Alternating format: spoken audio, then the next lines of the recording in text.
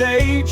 Win or lose, he's got a grin on his face, 'cause Dallas Cowboys football is his happy place. The halftime show's playing, and John starts to dance. Those cheerleaders' moves, they put him in a trance. He dreams of a touchdown, a victory so near, but he's seen this before, brings back last year.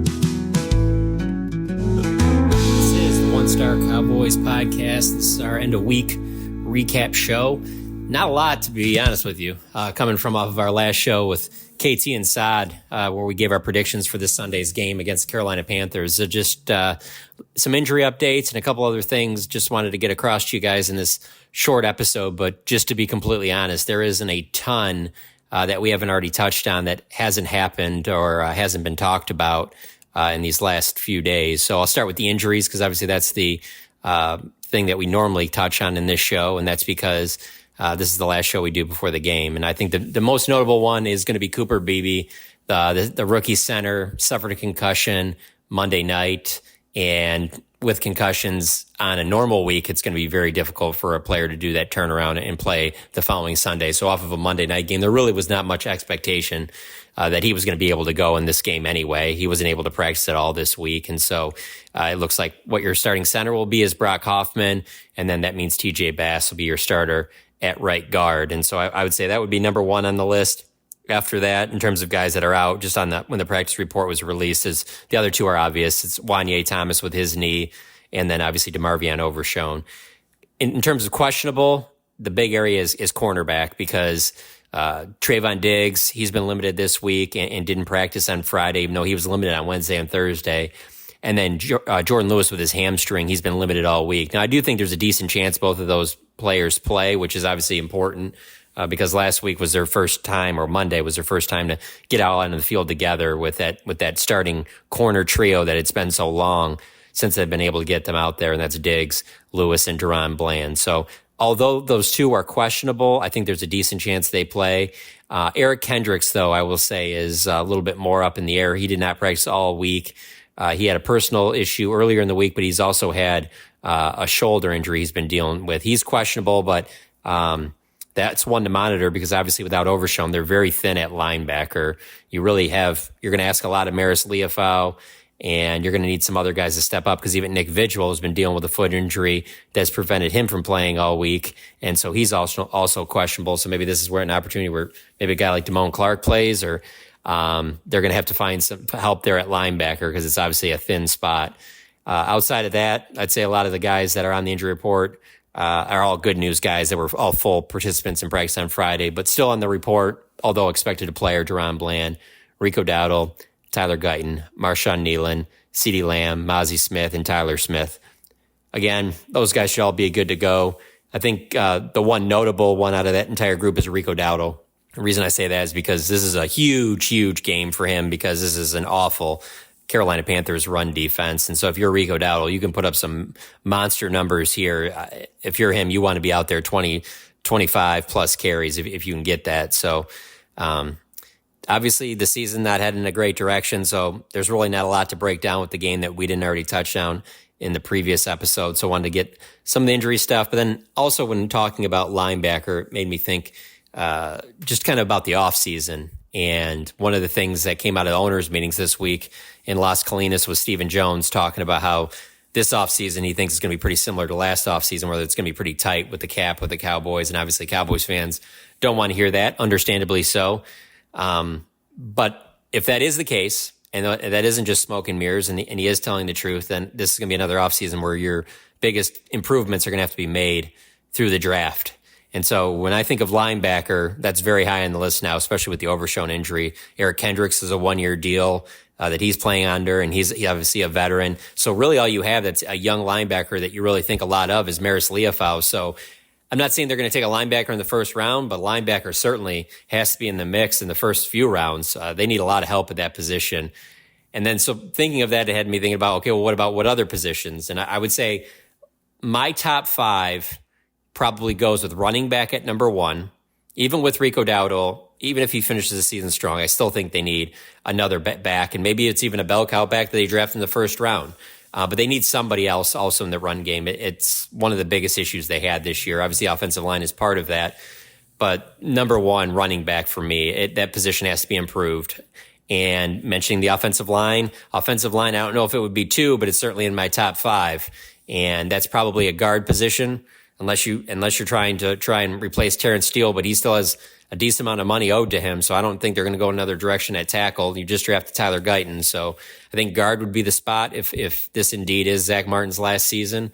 So that would be in the group. I already said linebacker, and then the other one would have to be defensive tackle. And I know that they haven't got good return on the investment in the first and second round defensive tackle. But this is another draft where it's a position that you have to probably address defensive tackle somewhere in that first couple of rounds. It just continues to be a weakness for the Dallas Cowboys.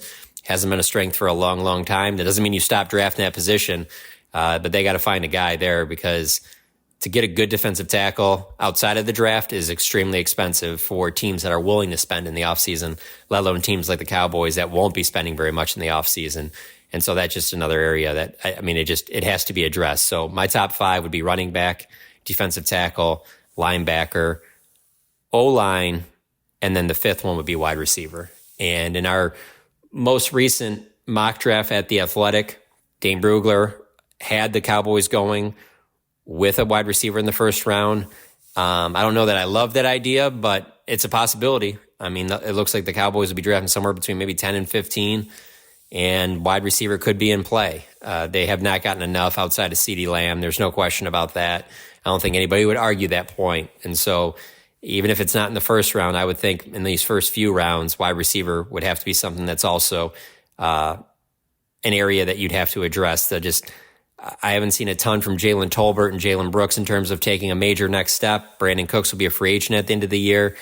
And you traded a 4th for Jonathan Mingo, but I don't think that there's anything you've seen so far from Mingo that makes you feel like he can go into next season as a number 2 receiver on this team. And so wide receiver definitely has to be addressed as well.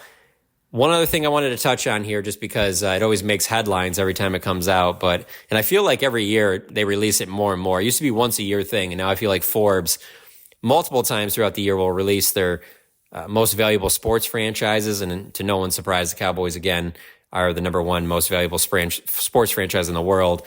Their valuation went up from $10 billion to $10.1 billion, which really shouldn't be a huge surprise, just because if you look at the most recent teams to be sold in the NFL, we'll just go over, since 2018, I think the Panthers sold in 2018, and that was like about $2.3 billion. And then a few years after that, the Broncos sold for $4.6 billion.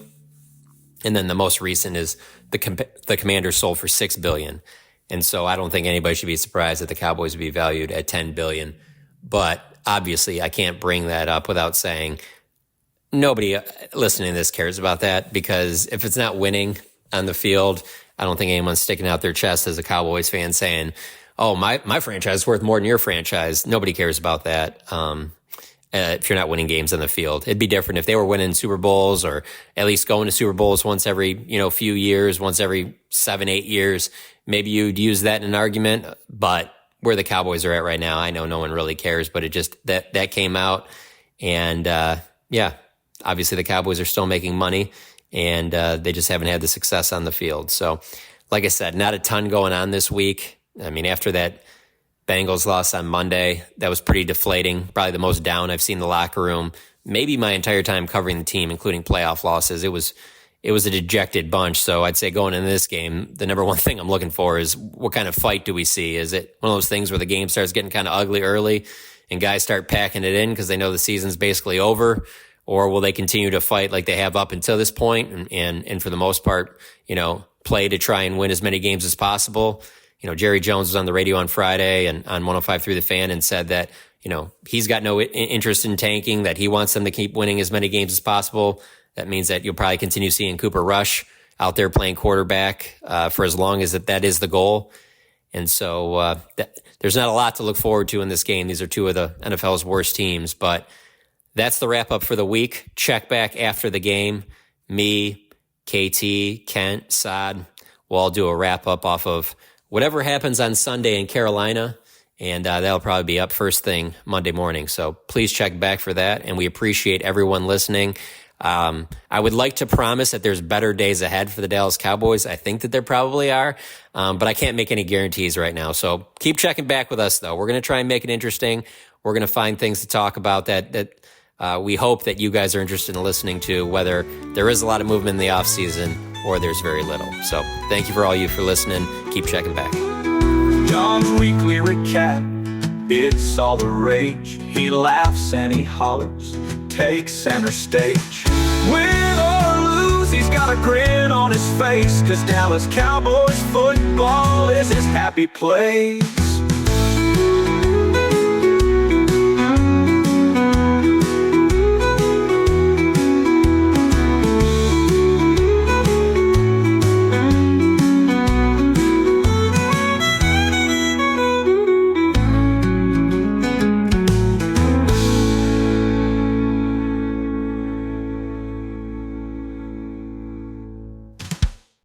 For over a century, Johnny Walker has shared its bold spirit with the game of golf. Now, crafted with Devereaux Golf, Johnny Walker introduces the Johnny Walker Blue Label-inspired Sunday Golf Bag, elevating the game with sleek design, Blue Label hues, and refined gold accents.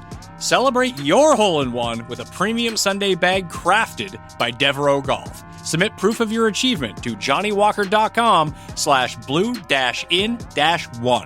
Please drink responsibly.